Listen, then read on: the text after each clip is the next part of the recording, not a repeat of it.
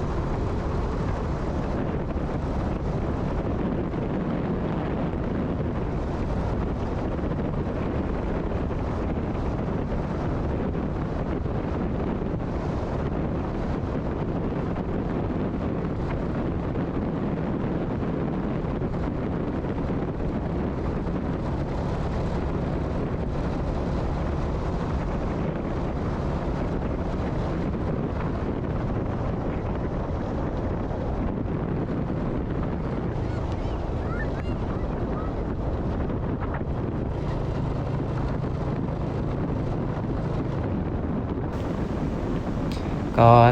เฮาขี่รถมาก็จะสุดเส้นทางนี้แล้วเนาะก็จะเห็นทางหน้านี่เนาะเพิ่นกำลังมีการก่อสร้างก็ยังบ่หลายเนาะทุกคนก็จะ